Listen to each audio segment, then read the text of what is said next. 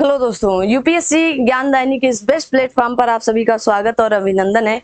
GS बून पर आज आपको एक बेहतरीन टॉपिक मिलने वाला है जो आपका दिल ये गदगद होने वाला है, एकदम श्योर है। ठीक है ना, एकदम। चाहे आप बिहार दे रहे हो, चाहे आप आरओ दें, चाहे यूपीपीसीएस दें, और यहाँ तक कि चाहे आप यूपीएससी क्यों ना दे रहे हो। ठीक है ना, अब वनडे लेवल के जितने भी एग्जाम होंगे, हर एक एग्जाम में यहाँ से प्रश्न पूछा जाता है और हर एक चीज खास करके बिहार के लिए ये आपकी जीएस बून चलाई जा रही है हाल फिलहाल। और जीएस बून पर अब वही टॉपिक आ रहे हैं जो आपके बिहार शिक्षक भर्ती में एक एक सिलेबस के अकॉर्डिंग बात करने वाले हैं। हमने आप सभी से बात कर ली थी नागरिकता तक की, आज बात करने वाले हैं हम आप सभी के बीच में कौन सी, तो आप कहेंगे मूल अधिकार की। तो आइए पहले मूल अधिकार का कुछ इतिहास देख लेते हैं क्या है, क्योंकि इतिहास बहुत बड़ी चीज है, क्योंकि बिहार देने जा रहे हैं, इतिहास बिना जाने नहीं जा सकते हैं आप। ठीक है, तो कहा गया है यहाँ पर, कहा गया है कि फंडामेंटल राइट्स मतलब मूल अधिकार होते हैं कि ऐतिहासिक या हिस्ट्री क्या है। तो कहा गया अब आप FR जहां जहां लिखा होगा वो आपका फंडामेंटल राइट्स है या मूल अधिकार है, आप चाहे हिंदी में पढ़ के रखें चाहे इंग्लिश में। ठीक है ना, तो कहा गया है कि मूल अधिकार का प्रावधान हमने कहां से लिया, यूएसए से लिया। पहली बात कहा गया मूल अधिकार का प्रस्ताव यह संकल्प कांग्रेस द्वारा कराची अधिवेशन में रखा गया था। कहां पर, कराची अधिवेशन में 1931 में प्रस्तुत किया गया, जिसकी अध्यक्षता सरदार वल्लभ भाई पटेल जी कर रहे थे। ठीक है ना, अब आप नहीं कह सकते मैम नहीं समझ में आ रहा, अब इससे अच्छा नोट्स मैं नहीं बना सकती हूँ, आपके लिए दिन रात लगकर ऐसा किया जा रहा है। कहा गया संविधान सभा की परामर्श समिति के अध्यक्ष पटेल जी थे एंड मूल अधिकार उप समिति के अध्यक्ष आपके जेबी कृपलानी की हैं, और सिफारिश कहाँ संविधान में, संविधान आपके कहाँ मूल संविधान में या मूल अधिकार में संविधान में शामिल किए गए। ये सारी बातें आपको याद रखनी है। अगला पार्ट आते हैं, और अब आप सभी लोग की मूल अधिकार में कौन कौन से संशोधन किए गए। तो मूल अधिकार में इससे रिलेटेड कोई प्रावधान नहीं था। ठीक है ना, मूल अधिकार में मूल संविधान में इससे रिलेटेड कोई प्रावधान नहीं था, लेकिन शंकरी प्रसाद बनाम भारत संघ 1951 में सुप्रीम कोर्ट ने कहा कि संसद द्वारा संशोधन किया जा सकता है। पहली बात कही गई, क्या कहा गया कि मूल संविधान में या फंडामेंटल राइट्स में क्या आप संशोधन कर सकते हैं। तो मूल संविधान में इससे रिलेटेड कोई प्रावधान नहीं था। ठीक है ना, इससे रिलेटेड कोई प्रावधान नहीं था। ठीक है, उसके बाद कहा गया, उसके बाद गोलकनाथ बनाम पंजाब राज्य 1967 में संसद में मूल अधिकार संशोधन नहीं कर सकती। ऐसा कहा गया कि संसद मूल अधिकार में संशोधन नहीं कर सकती, लेकिन 24वां संविधान संशोधन हुआ 1971 में और संसद का परिवर्तन करने का पूरा अधिकार है, और कहा गया मूल अधिकार में चेंज कर सकते हैं। क्या हो सकता है, मूल अधिकार में चेंज हो सकते हैं। केशवानंद भारती बनाम केरल राज्य 1973 में आया और 2023 में इसके कितने वर्ष पूरे हो चुके हैं, 50 वर्ष। जरूर याद रखें। 13 जजों की पीठ ने या बेंच ने क्या कहा, कहा कि संसद संविधान के किसी भी भाग में या भाग से संशोधन कर सकती है, परंतु उस संशोधन से संविधान का मूल ढांचा या बेसिक स्ट्रक्चर नष्ट ना हो। एकदम खुली बात कही गई। अगली बात कही गई 42वां संविधान संशोधन के द्वारा, 42वां संविधान संशोधन 1976 के द्वारा संसद को संविधान के किसी भी भाग में संशोधन करने का राइट मिल चुका था। ठीक है, अगला कहा गया मिनर्वा मिल्स बनाम भारत संघ 1980 द्वारा केशवानंद भारती केस को ही लागू रखा। क्या किया, केस को ही लागू रखा। बिल्कुल वेरी गुड है ना। आइए, कहा गया मूल अधिकारों का निलंबन। तो मूल अधिकारों का निलंबन राष्ट्रपति द्वारा राष्ट्रपति करता है, और कहा गया है यहाँ पर आपातकाल के दौरान या इमरजेंसी के दौरान हो सकता है, लेकिन कहा गया आर्टिकल 19 आपातकाल के दौरान स्वतः निलंबित हो जाता है। बाकी मूल अधिकारों के निलंबन की राष्ट्रपति की घोषणा करता है। अगला कहा गया कि 44वें संविधान संशोधन 1978 के बाद आर्टिकल 20 और 21 आपातकाल के दौरान भी निलंबित नहीं होते हैं। तो आपको अभी तक इतिहास में जो ना पता था वो भी मैंने बता दिया है, ठीक है ना। आगे आते हैं, कहा गया मूल अधिकारों का प्रावधान। अब बात आती है तो भाग 3 में आर्टिकल 32 से 35 तक की गई है मूल संविधान में, ठीक है। मूल संविधान में कितने थे, तो 7 आपके फंडामेंटल राइट्स थे। कितने, 7 फंडामेंटल राइट्स थे, जबकि वर्तमान में 6 फंडामेंटल राइट्स है। कहा गया संपत्ति का अधिकार जो था, राइट्स टू इरोसी, जो आर्टिकल 31 के अंतर्गत आता था, इसे 44वें संविधान संशोधन 1978 के द्वारा इसे मूल अधिकार से हटा करके आर्टिकल नंबर 300 का और भाग 12 में एक विधिक अधिकार बना दिया गया, जिसे कहा जाता है कि लीजिकल राइट बना दिया गया, ठीक है। क्या बना है, तो आप इसे लीगल राइट भी कह सकते हो, लीगल राइट बना दिया गया, ठीक है। याद रखना, मोस्ट इंपॉर्टेंट, इससे सरल और इससे ज्यादा कुछ नहीं बता सकते ना। और जिनको ये नोट्स चाहिए, भैया ये 60 नोट्स है, अब इससे ज्यादा आप क्या ही नोट्स ले सकते हो ना। ये आपको नोट्स उपलब्ध हैं, आपको मात्र और मात्र इस नंबर, स्क्रीन पर चल रहे नंबर पर मैसेज करके जानकारी लेना है। आपकी टेस्ट सीरीज भी चल रही है यूपी पीसीएस आरओ से रिलेटेड, और आरओ से रिलेटेड ही ये सारे नोट्स बनाए जा रहे हैं। आगे बढ़ते हैं, अब आता है कि मौलिक अधिकार क्या क्या है, फंडामेंटल राइट्स। तो आर्टिकल 12 में कहा गया, इसमें राज्य की परिभाषा दी गई है। राज्य का मतलब मैं बार बार समझाती हूँ कि स्टेट नहीं है यहाँ पर, राज्य मतलब जो स्वतंत्र हैं, आरबीआई, एसबीआई ना, हमारी अपनी कोचिंग, किसी और की अपनी कोचिंग, हमारा अपना अधिकार है, ठीक है ना, स्वतंत्र है जो एक दूसरे से। आर्टिकल 13 कहता है या मूल अधिकार का अधिकार स्तंभ है, कहा गया इसमें मूल अधिकार से रिलेटेड सिद्धांत दिए गए हैं। यह न्यायिक समीक्षा का आधार प्रदान करता है। अगर आप मूल अधिकारों का हनन करते हैं या मूल अधिकार में जाकर किसी को चोट पहुंचाते हैं तो आपका आर्टिकल 13 क्या करेगा, तो यह न्यायिक समीक्षा का अधिकार प्रदान करता है और आपके मूल अधिकारों को अल्पीकरण भी कर सकता है। क्या कर सकता है, अल्पीकरण भी कर सकता है। आइए अब जिनको नोट्स चाहिए तो वो लोग बात करेंगे,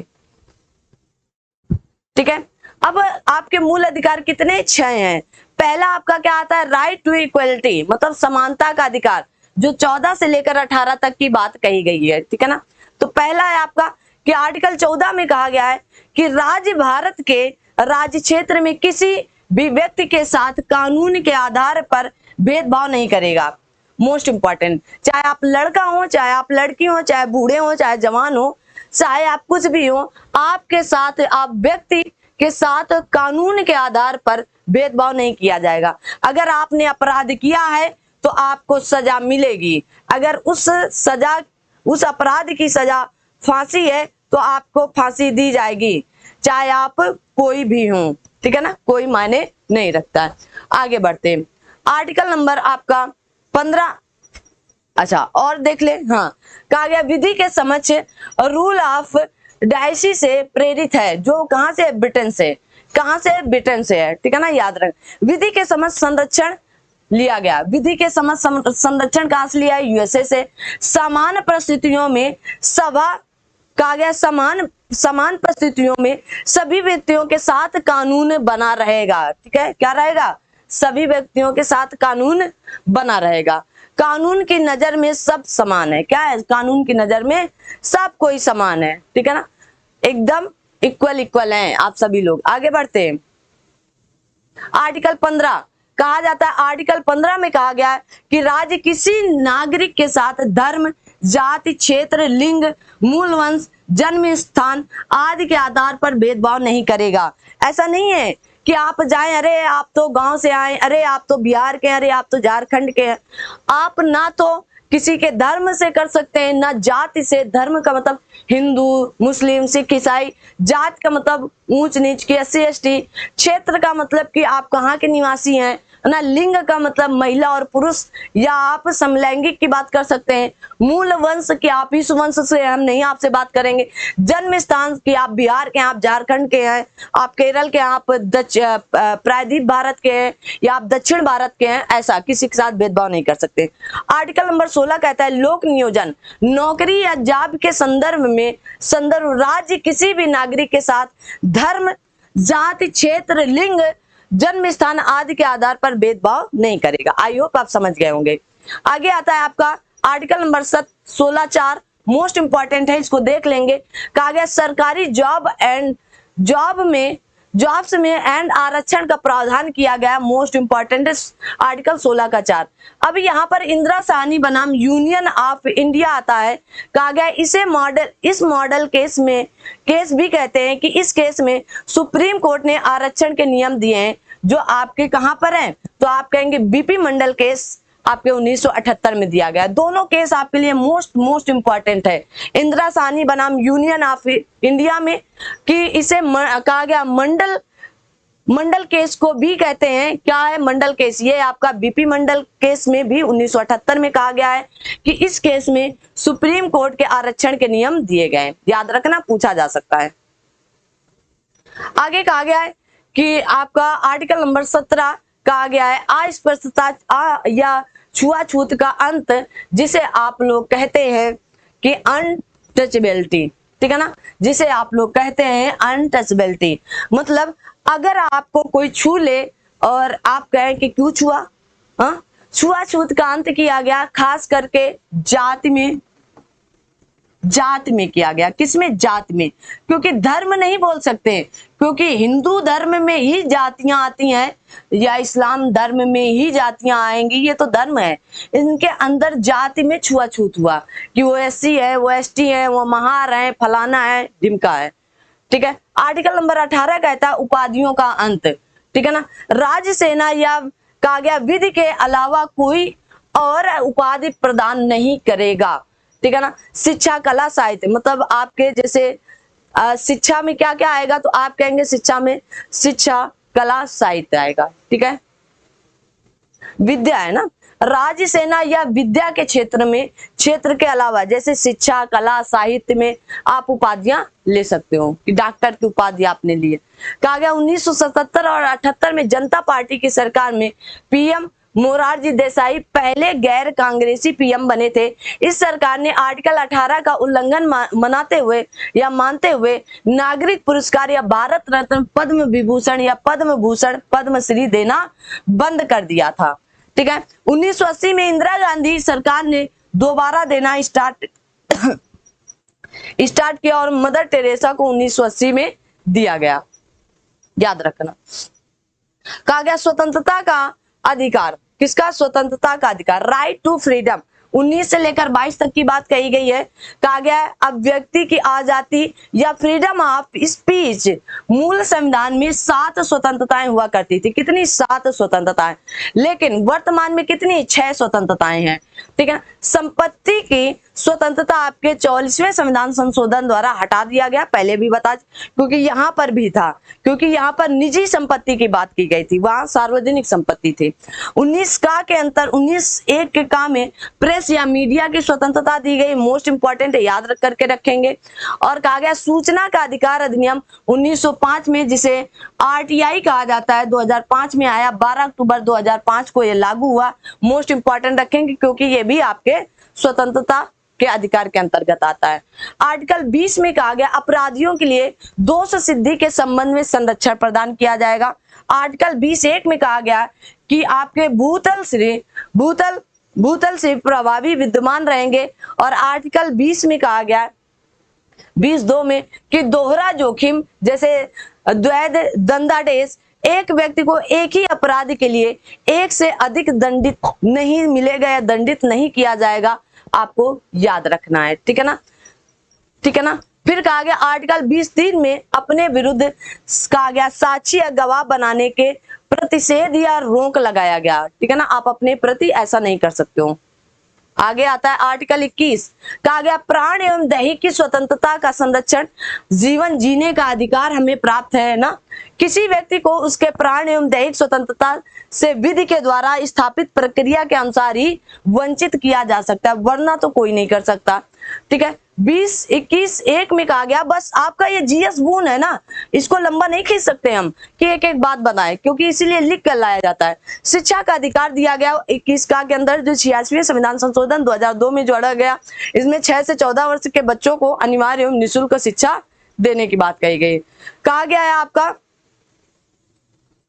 शिक्षा का अधिकार अधिनियम लागू कब हुआ, तो आप कहेंगे लागू हुआ 2009 में। ठीक है ना, कब आया भैया, तो राइट टीचिंग एजुकेशन आपका अप्रैल 2010 से लागू हुआ ने। शिक्षा का अधिकार दिया गया, एक्ट बना 2009 में, लागू हुआ 2010 में।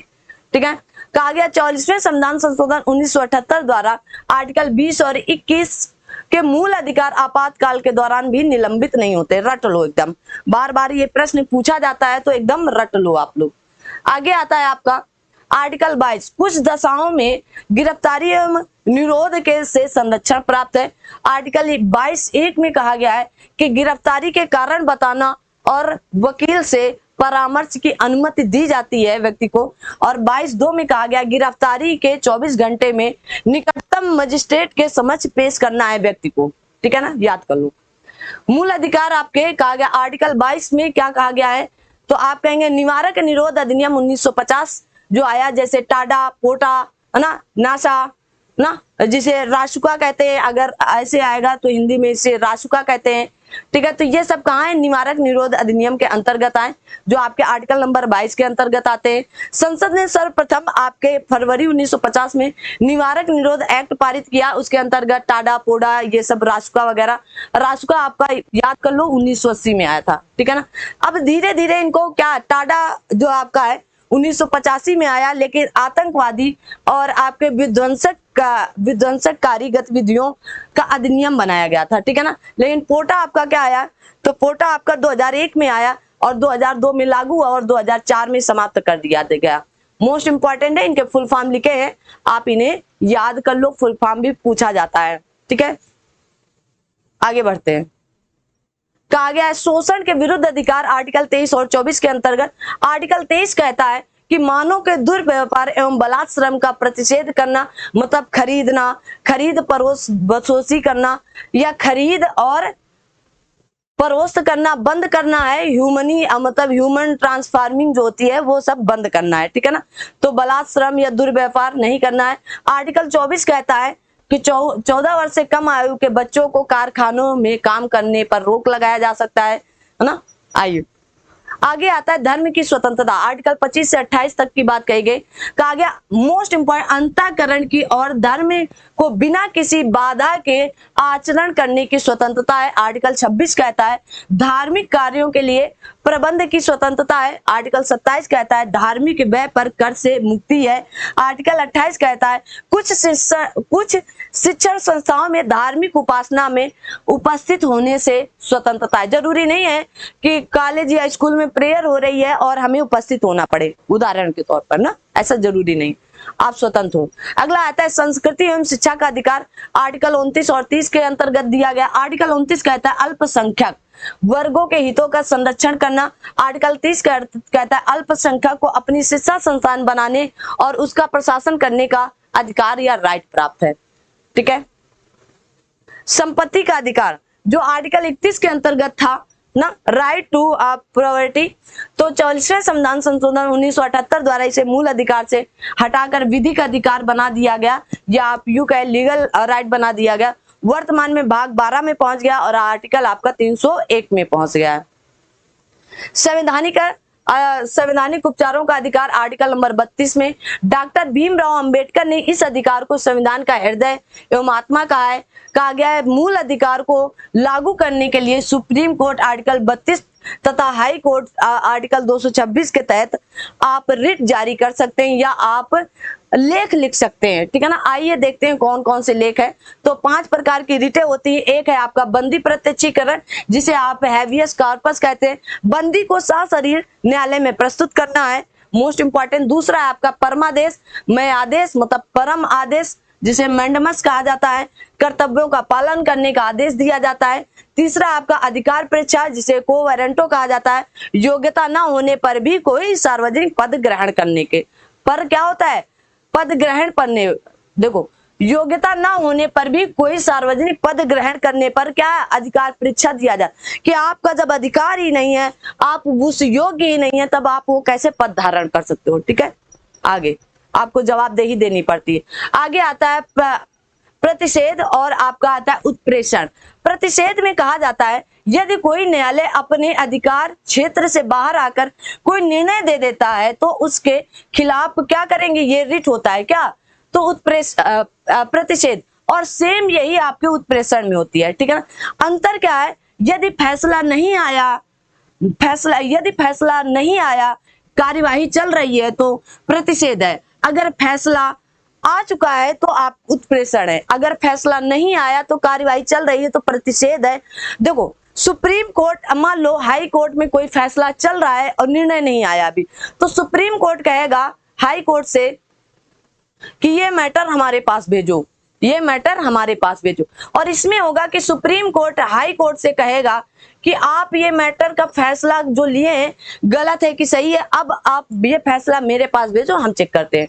ठीक है, ये दोनों रिट अपने अधिकार क्षेत्र से बाहर जाकर फैसला देने से रोकता है, जो कि सिर्फ और सिर्फ न्यायालय के लिए है, ये आपके सार्वजनिक या व्यक्ति के लिए नहीं है। ठीक है, याद रखिएगा। आगे आता है, आगे आपका आर्टिकल 33 कहता है संसद विधि द्वारा यह निर्धारित कर सकेगी कि लोक व्यवस्था बनाने वाली सुरक्षा बलों पर मूल अधिकार के प्रावधान लागू नहीं होंगे। मोस्ट इंपॉर्टेंट है, चिपकाए लो अपने सीने से। आर्टिकल 34 कहता है यदि किसी क्षेत्र में सेना विधि या आप कहेंगे सेना विधि लागू हो जाती है तो संसद मूल अधिकार पर रोक लगा सकती है, ये मूल अधिकार है। ठीक है, आर्टिकल 35 कहता है कि संसद मूल अधिकार को लागू करने के लिए कानून का निर्माण कर सकती है। मोस्ट इंपॉर्टेंट है, क्योंकि संसद की बात है, किसकी, संसद की बात है। ठीक है, तो आज की क्लास यहीं तक हम लोग रखते हैं ना, आज की क्लास यहीं तक हम लोग रखते हैं। बताएं आप सभी लोग कमेंट बॉक्स में क्लास कैसी लगी, और जिनको ये नोट्स लेने हैं, जिनको ये आपके नोट्स चाहिए तो वो लोग नोट्स आप ले सकते हैं, आरओ के लिए हो चाहे यूपीपीसीएस के लिए हो, है ना। और यहाँ पर आपकी टेस्ट सीरीज भी चल रही है, टेस्ट भी ले सकते हैं। यहाँ पर आपका पेड प्रैक्टिस चल रहा है, वहां पर आप आकर के 40 क्वेश्चन पर डे प्रैक्टिस भी कर सकते हैं। तो ये आज की क्लास यहीं तक रखते हैं और फिर मिलते हैं अगली क्लास में। तब तक के लिए आप सभी लोग अपना ध्यान रखें और अपने साथ सभी अपनों का ध्यान रखें। थैंक यू सो मच, जय हिंद, जय ना, थैंक यू सो मच। ठीक है, मिलते हैं अगली क्लास में, तब तक के लिए थैंक यू सो मच, जय हिंद, जय भारत।